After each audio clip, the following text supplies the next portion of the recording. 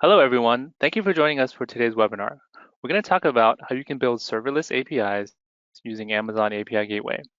In this session, we're going to highlight an exciting new feature called WebSocket APIs. And we'll take a look at how you can build WebSocket APIs and use them to create real-time applications. So a little bit about me. My name is George Mao, and I'm a serverless specialist at AWS. I'm responsible for helping customers build serverless solutions running on the AWS serverless platform using services like Lambda and API Gateway. In the past, I was a software engineer, and I'm also a Virginia Tech Hokie. So before we start, let's take a look at what serverless means. Being serverless means that you never have to worry about infrastructure or provision management. You simply have to worry about working on the applications and building the business logic that matters to your business. Next, when you're building on the serverless platform, scaling becomes super simple. And scaling is super simple because you're no longer scaling by adding more and more servers. Instead, you're scaling in response to events. And each event is delivering specific business value. And AWS handles all of the scaling on your behalf. So your applications are automatically ready to serve 100 users, 1,000 users, or 10,000 users as you scale. Being serverless also means that you're simply paying for value. So every single request that makes it to your application is delivering specific business value, and you no longer have to pay for idle instances and for servers that are not doing any business work. Finally, when you build on the serverless platform, you inherit all of the high availability and all the security features of the AWS platform. So in today's session, we're going to talk about an overview of API Gateway, and then we'll talk about the new WebSocket APIs and show you how to build a WebSocket API that can drive a real-time application. So let's take a look at API Gateway at a very high level. And this is a quick review of API Gateway for those who are new to the service.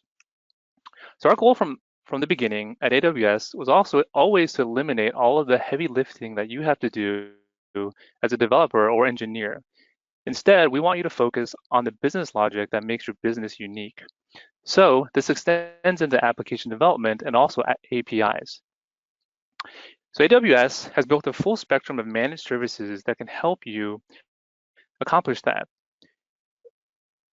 These managed services are basically the building blocks from which you can create your modern day serverless applications. For example, you might use Lambda or Fargate for your compute tasks, or you might use S3 for your storage, or Amazon Aurora Serverless and DynamoDB to store your database needs. Also available are API Gateway, SQS, SNS, step functions, and AppSync to perform all of your application integration and messaging workloads. So let's take a look at an example of how we can build a serverless web application.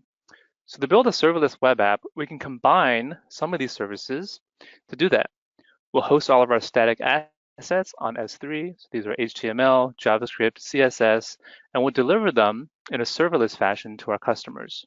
We'll use Lambda and combine with DynamoDB to generate our dynamic business content. And then we'll use Amazon API Gateway to provide our API layer that acts as the glue between all of our services.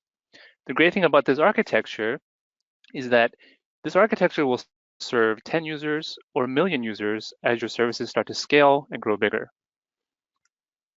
So now let's talk about API Gateway and see how it can be used to provide our API layer. The icons on the left represent clients that can invoke your API. And these clients can be nearly anything, including mobile apps, websites, or other applications. And they connect to API Gateway over the internet using HTTPS-based requests. API Gateway will then accept the request and then determine what to do with that request. So API Gateway can optionally perform authentication, any kind of request or response payload transformations, and determine if the request should be served directly from in-memory cache. If API Gateway determines that we need to invoke your backends, API Gateway can integrate with nearly any service running on any HTTP endpoint, any Lambda function, or any other AWS service that you deployed into your accounts. API Gateway can also integrate with endpoints that live in your VPC or on-premise in your environments. So when you're building your APIs, there are three different types that you need to choose from. So these are three different endpoint types. The first type is an edge optimized type.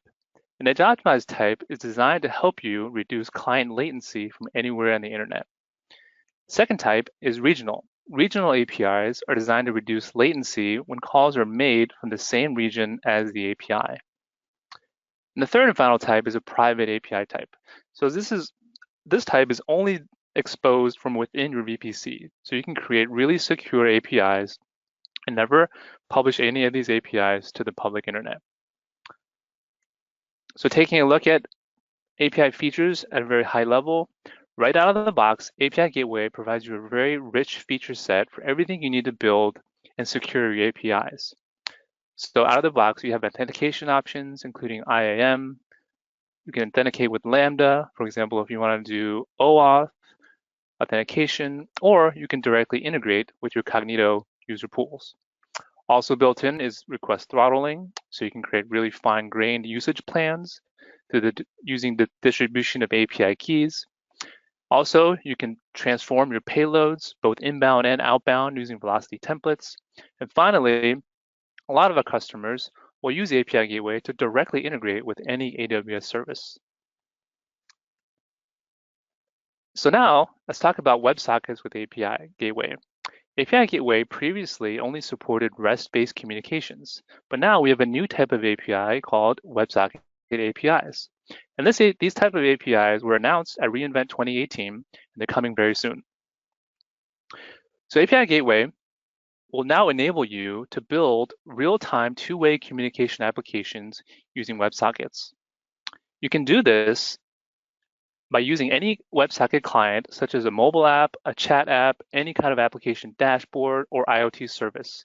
And when you connect to API Gateway will manage all the persistence and all the state needed to connect your clients to API Gateway.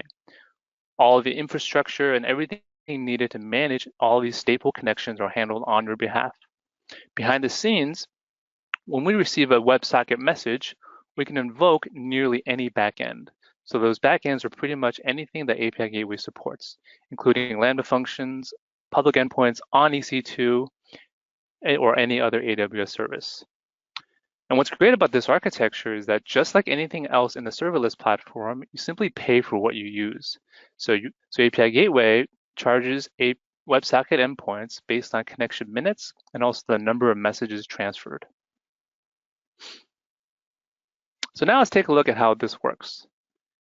So when you create a WebSocket API, you'll be issued or assigned a WebSocket URL for your API, and that's in the form of a string beginning with WSS:// followed by some unique ID that API Gateway generates, and then the standard naming convention execute API.region.amazonaws.com, followed by the stage name that you choose. After you get the WebSocket URL, your WebSocket client will create an HTTP request and perform a WebSocket handshake with API Gateway. This process results in an HTTP connection upgrade request to API Gateway. And when that's successful, you'll now have a persistent, stateful connection between your WebSocket clients and Amazon API Gateway. API Gateway will manage everything that's needed to maintain that connection. On your first connection, API Gateway will create and issue you a connection ID. And this connection ID is unique for every client that's connected through a WebSocket API. And typically, customers will save this connection ID, potentially in DynamoDB, so that you can later on retrieve this ID and then uniquely message back and forth between this client. So now let's take a look at sending messages from a client to a server. So when you have a WebSocket URL, here's an example, wss://executeapi.usws1.amazonaws.com. Whenever you send a message through a WebSocket, that data is called a frame. So when you send a frame through the WebSocket API, each frame results in an invocation of the configured backend. So here's an example. I'm sending 3 separate messages through my WebSocket API. This will result in 3 separate invocations of my Lambda function that's configured. However, this is the same connection, so this connection will have the same connection ID across all of my messages. The great thing about this design is that your clients don't need to open and close HTTPS connections because WebSocket connections are persistent and already open. So a lot of overhead can be saved by doing this.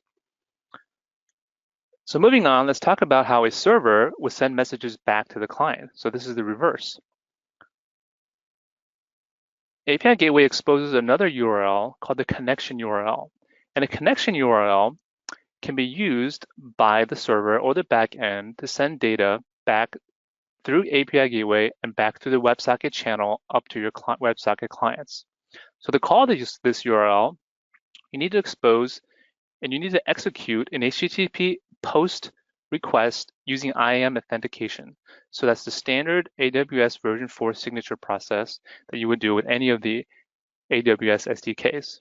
So you HTTP post against the standard URL with the / connection ID in the path. So at the very bottom, you can see an example of a connection URL that has @connections / connection ID as the path that you would like to post to. So when Amazon API Gateway receives this post request at the connection URL, it will then send a message back to your clients that are connected using this API.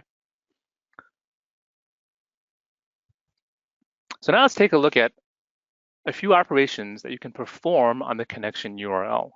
So the connection URL accepts 3 separate operations. The first is what we just looked at, which is a post. If you perform a post against the connection URL, it sends a message from the server to the connected WebSocket client.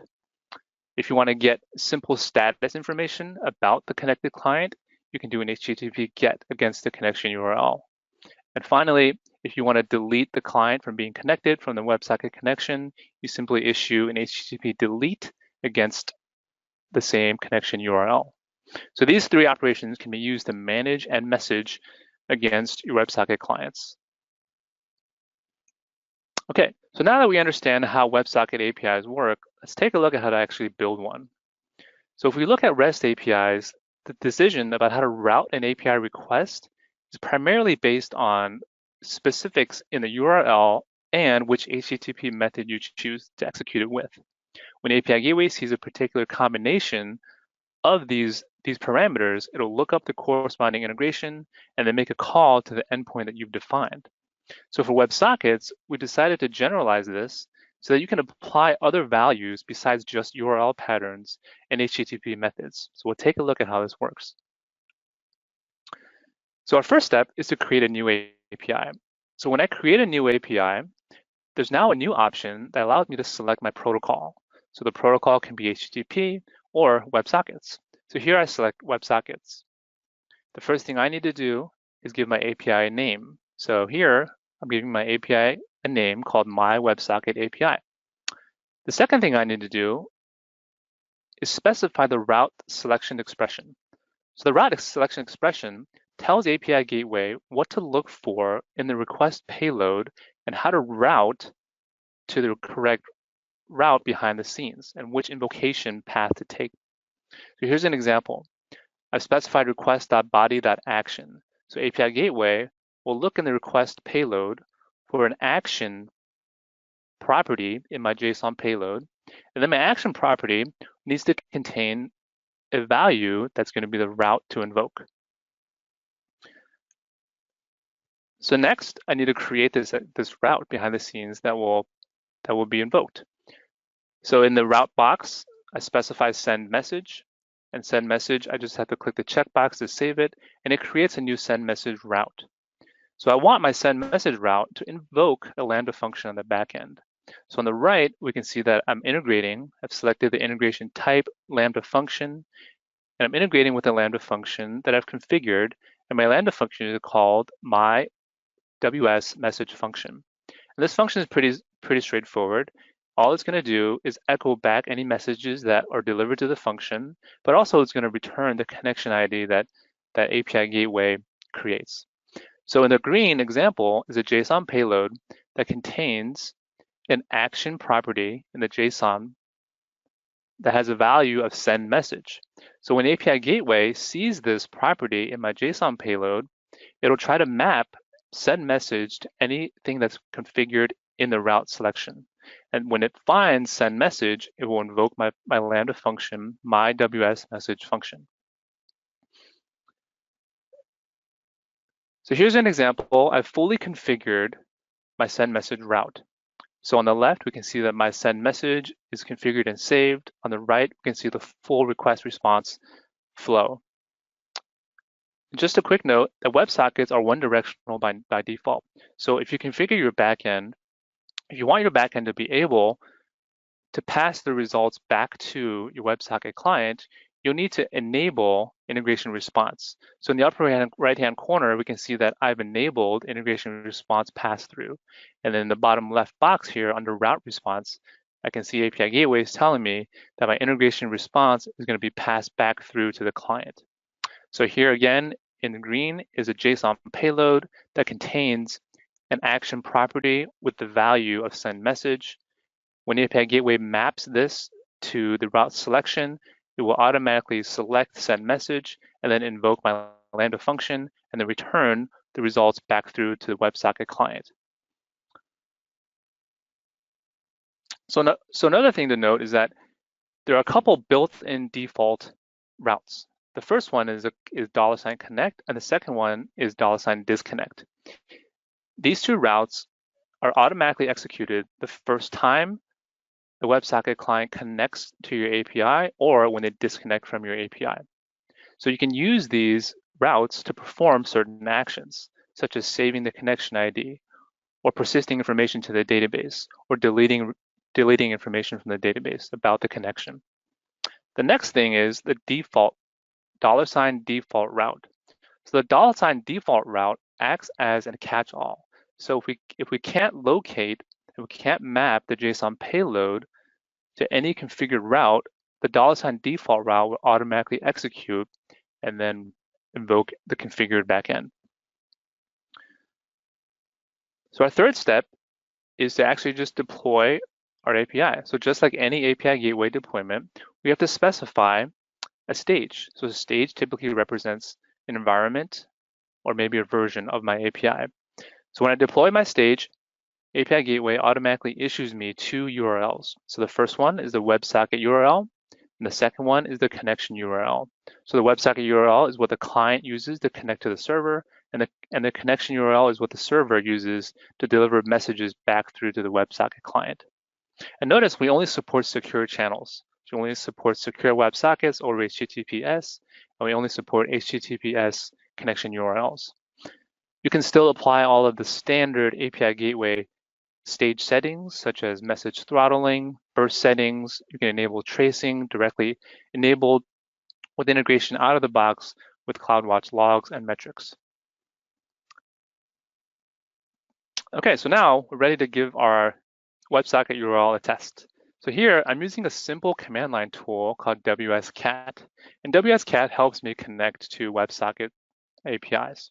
So here I'm doing WSCat, and I'm doing the -C option to connect to my URL. So once I've done that, we can see in green that I'm successfully connected to my WebSocket URL. So this results in an execution of the $connect route. So next, I want to send some messages through the WebSocket channel. So I configure a payload that has an action property with the value send message. And I'm also specifying some data, and this data just is a simple string that says George sends a message. And from the previous steps, I've already configured everything necessary for API Gateway to route this message from the WebSocket call all the way through to my Lambda function. So we can see here that I've connected to my WebSocket endpoint using WSCat, and then I'm sending it 3 messages in a row. The first message is George sends a message. The second one is WebSockets are cool, and the third one is serverless rocks. So we can see in white these messages that my WebSocket client is sending, and then in blue are the responses that I'm receiving back through API Gateway. So my Lambda function is configured to simply echo the messages that it receives, as well as provide the connection ID that API Gateway generates. So second, let's take a look at how the $default route works. So the $default route acts like a catch-all, and this should be executed anytime the payload doesn't include a mappable action key and value. So in this case, my route selection is $request.body.action, and it's looking for, and I've configured a single routable route called send message. In green is a sample payload that I've generated, and I'm specifying an action of should go default route. So this means that API Gateway will not be able to match this JSON payload to any of the configured routes, meaning that the default action will be executed. So my default route is configured on the right to integrate with a Lambda function. And this time is a different Lambda function. My Lambda function is called my default WS function. It's a WebSocket function. And let's take a look at how this works.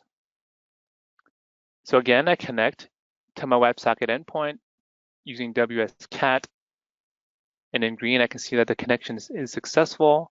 And this time I'm sending it a payload that isn't routable. So I'm sending it 3 separate payloads. The first one in white is this is not a route. And immediately I can see that my Lambda function is configured to return a static string that says this is the default route from Lambda. And I'm also returning the connection ID so that I can see exactly what connection API Gateway is referring to. And I execute a couple more tests. The second test is a JSON payload that is valid, however, it doesn't have the send message route on the action parameter. Again, this returns, this is my default route, Lambda. And my final test is blah, blah, blah. And this again is going to execute the default route.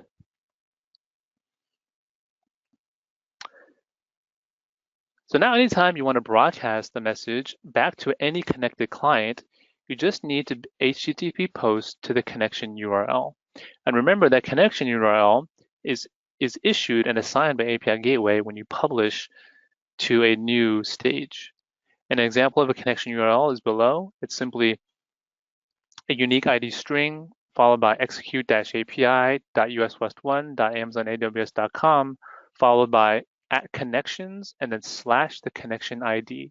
So if I wanted to post a message back to this connected client, I simply have to make an HTTP post against this URL using IAM version 4 signature authentication and then send the payload.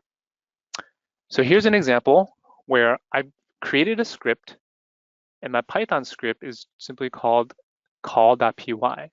And it's a helper script that will perform the HTTP post and sign the request with my Amazon keys and IDs, secret keys and IDs. And we can see that it's doing, as soon as I make the HTTP post, API Gateway returns a response code of 200. And then I get a response back all the way through that says hello from API Gateway backend. So moving on, we're going to continue running this test, and I'm going to execute 3 more tests against the connection URL. The first 2 are successful because I'm doing an HTTP post against an existing connection ID. So immediately I see a response code of 200.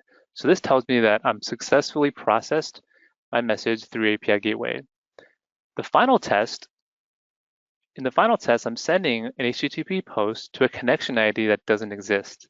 So @connections / this ID does not exist. And immediately API Gateway returns a response code of 500 or a message of internal server error. So this tells me that something is wrong with this URL and I'm unable to send a message back to my connected WebSocket client. And on the bottom screenshot is an example of the responses that my clients are receiving. So my connected client receives 2 responses, both saying hello from API Gateway backend. So there are a couple of things you should know when you're building WebSocket APIs with API Gateway. The first is that the maximum message payload size is 128 kilobytes. And second, the maximum duration that a WebSocket client can stay connected to the API is 2 hours. And finally, if you have idle connections, those connections can only live for 10 minutes. So you can use strategies like heart beating or pinging to maintain your connection uptimes. Remember, these are all settings that are subject to change, and based on feedback from customers, we potentially may modify these limits. So going through a couple summaries, WebSocket APIs are directly integrated with CloudWatch logs and metrics out of the box, so you can use CloudWatch to find easy metrics, logging, and see how your applications are performing and debug your applications. Also out of the box is easy authorization, integrated with standard IAM authentication and authorization, as well as Lambda authorizers. Finally, you can throttle your WebSocket APIs at the stage level, per route, or by using any usage plans that you've configured, just as you did with HTTP-based APIs. So next steps, I encourage you to think about the different types of applications that might make sense to use WebSocket APIs. So these are typically use cases that require two-way or bidirectional communications, such as chat applications, real-time dashboards, health applications, or status applications that need immediate real-time data updates. Definitely take a look at our documentation. Our API, SDK, and CLI will have full support for API Gateway WebSockets, as well as our limits pages. Finally, this feature is coming soon, but we'll have a blog post that's going to announce general availability of the service in the very near future. Thank you all for your time. I hope you've enjoyed learning about WebSocket APIs with the API Gateway. Thank you for the moderators for helping with the Q&A session. And my name is George Mao. Please let us know how you're building applications with the API Gateway WebSocket APIs. And here's some links that you can use to take a look at sample applications and other documentation. Thank you.